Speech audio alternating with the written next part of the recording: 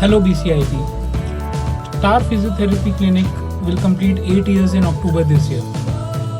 In these 8 years, we have seen over 5,000 patients. But the journey of Star Physiotherapy Clinic didn't started in 2013 when the clinic was inaugurated. It was actually started in 2005 when we cleared our entrance examinations and we were about to take admissions in a college for our graduation. I still remember the day we went to see PCIP. We were really impressed by the infrastructure of the college, especially the free and the private OPD. These OPDs were the first physiotherapy clinic that I ever saw in my life, and all our patient handling skill was developed in these OPDs under the guidance of our teachers like Dr. Neeti Khurana and Dr. Savita ma'am. But the journey of Star Physiotherapy Clinic was not that easy. I still remember when we opened the clinic, the first day our clinic OPD was zero. We didn't have any patients, and I was about to question myself that what I have done. My first 3 months saving was not equal to my last salary which we drew from a hospital. So I was quite worried at that time that it is the right decision or not. Should I go abroad? Should I go for another job? Is it the right decision or not? But slowly we realized that as the patients we treat started referring patients back to us, the word of mouth at that time started to develop after 3 to 4 months, and a patient with a positive feedback goes to his doctors and tells about our clinic. Again, that doctor also start referring patients to our clinic. This is how our OPD started to develop, and all the thought process of going abroad or looking for a job again slowly started to go away. As we opened our own clinic, I think the sense of the amount of responsibility increased drastically.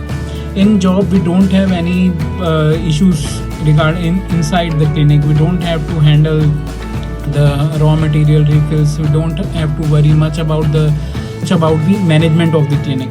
But now when you have opened your own clinic, you have to manage it also. You have to manage the raw material refills. You have to manage the working of the modalities.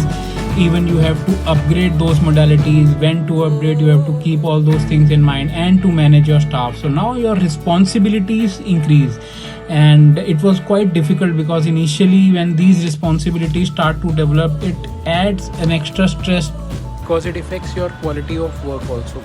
And then you have to keep an extra staff to handle those skills so that your own stress level decreases. And last but not least thing comes that we have already passed our graduation in 2009 and we completed our masters in 2013. But it doesn't mean that our learning has stopped. Today, I still remember if we have any case which is not recovering as per our plan, or we have any difficulty in diagnosing a patient, we still refer back to our teachers, we still refer back to our friends who are in hospitals and clinics. We discuss cases, we upgrade our knowledge like this. Apart from searching the research articles and studying them again and again, this and upgrading our knowledge about the advancement in our field, we still refer back to teachers and friends, and that helps a lot. So the only thing I want to say to all of you is that be patient. If you are right and if you are treating the patient in the right manner, your OPD will increase, your work will be recognized by others also. The second thing, whenever you think that there is increased amount of stress, or you are not able to manage it, just sit back and think what you are doing wrong, where you need assistance, and if you need an assistance, you keep hire staff for that assistance.